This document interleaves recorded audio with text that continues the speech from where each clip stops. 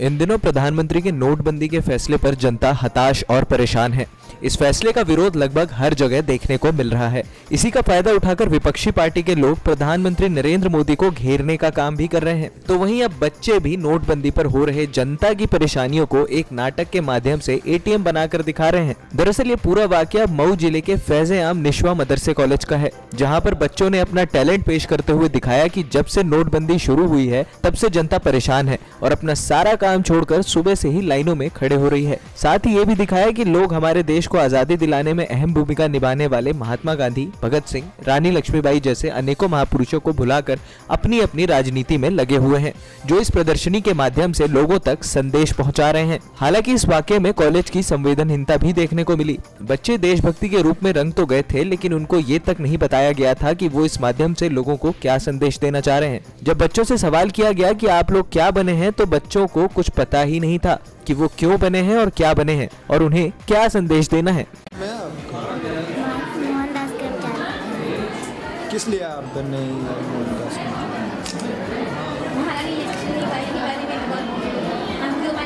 किस लिए बने हैं? लोग जाने की कौन है, क्या करते हैं। तो आपके माध्यम से आपने लोगों को जागरूक किया, आपने लोगों को जागरूक किया, बोलिए क्या किया लोगों को आपने? जागरूक किया सबको दिखाने के लिए, अपना टैलेंट दिखाने के लिए सबके साथ। खास तौर पे क्या बनाया है? बैंक आजकल इतनी पैसे की परेशानी है, सब लोग को बैंक में लाइन लगाने पड़ते हैं। पैसे चेंज हो गए इसलिए लाइन लगाने पड़ते, इसलिए देना बैंक भी बना, आदमी की लाइन भी लगाई। क्या बैंक बनाने का उद्देश्य यही था कि बस आजकल पैसे की परेशानी है, सबको लाइन लगाने पड़ते हैं अपना सब काम छोड़ के। आपने परेशानी को दिखाने का परेशानी को दिखाने का प्रयास किया। वहीं मुख्य अतिथि के रूप में आए ध्रुव कुमार त्रिपाठी ने बच्चों को इस प्रदर्शनी से प्रभावित होकर कहा कि पूरे प्रदेश में बच्चों की कला को आगे बढ़ाने के लिए प्रयास किया जाएगा। उन्होंने प्रधानमंत्री नरेंद्र मोदी पर हमला बोलते हुए भी कहा कि जो नोटबंदी का फैसला है वो किसी तैयारी और लोकतांत्रिक के माध्यम से नहीं किया गया, बल्कि तानाशाही रवैये से किया गया है, जिससे शिक्षक और गरीब वर्ग के लोग गाँव से करीब 25 किलोमीटर की दूरी पर एटीएम पर लाइन में लगने को मजबूर है। केवल धार्मिक शिक्षा ही दी जाती है, लेकिन इस प्रदर्शनी से यह पूरे प्रदेश देश में यह संदेश होना चाहिए कि अब ये मदरसे जो है धार्मिक शिक्षा के अलावा इन बच्चों और बच्चियों को आगे बढ़ाने के लिए अहरनिश प्रयास कर रहे हैं।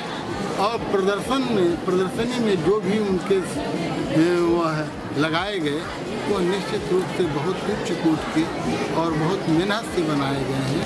और मुझे विश्वास है कि इन बच्चियों के अंदर इसी तरह से जज्बा रहेगा तो निश्चित रूप से बच्चियां ऊंचाई तक पहुँचेंगी।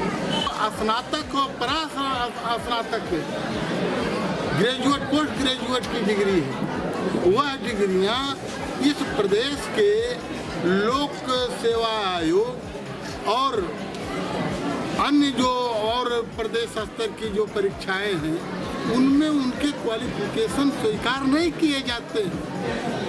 सरकारों की अदूरदर्शिता है और इसके से इन मदरसों को, इस समुदाय को पीछे छोड़ने की एक बहुत बड़ी राजनीति कि जो 1.25 अरब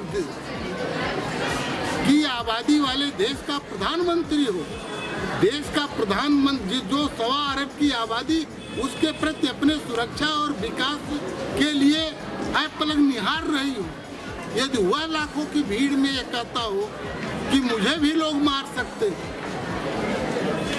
तो क्या संदेश जाएगा? प्रदेश का मुख्यमंत्री जहाँ 26 करोड़ की आबादी है, उस प्रदेश का मुख्यमंत्री लाखों की भीड़ में फफक करके रोता है कैसे दवाई और पढ़ाई की मुक्ति होगी। लेकिन जो नोटबंदी का किया गया वो लोकतांत्रिक तरीके से नहीं किया गया, किसी तैयारी के साथ नहीं किया गया, एक तानाशाह की तरह किया गया, जिससे कम से कम वो गरीब आदमी, शिक्षक ही नहीं, गांव में जाइए जहाँ 20-20 किलोमीटर पर, 25-25 किलोमीटर पर एटीएम है, बैंक है, वहाँ की महिलाएं कैसे जा करके वहाँ लाइन लग रही हैं। मदरसे की प्रिंसिपल ने बताया कि ये एक टैलेंट शो था और इसमें उन्होंने बच्चों को देशभक्ति के बारे में बताया था। आज़ादी के लिए क्रांतिकारियों ने किस तरह की भूमिका निभाई थी ये बच्चों ने दिखाया।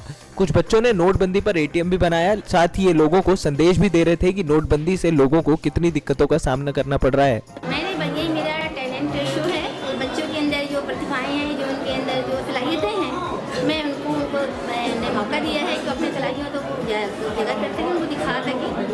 ये मेरा पर्पस यही था। कुछ बच्चों को गांधी जी बनाया, इसलिए दिखाया बनाया कि बच्चे जाने कि गांधी जी क्या है, उनका नाम क्या है, कैसे पहनते थे, क्या उनका पहनावा है।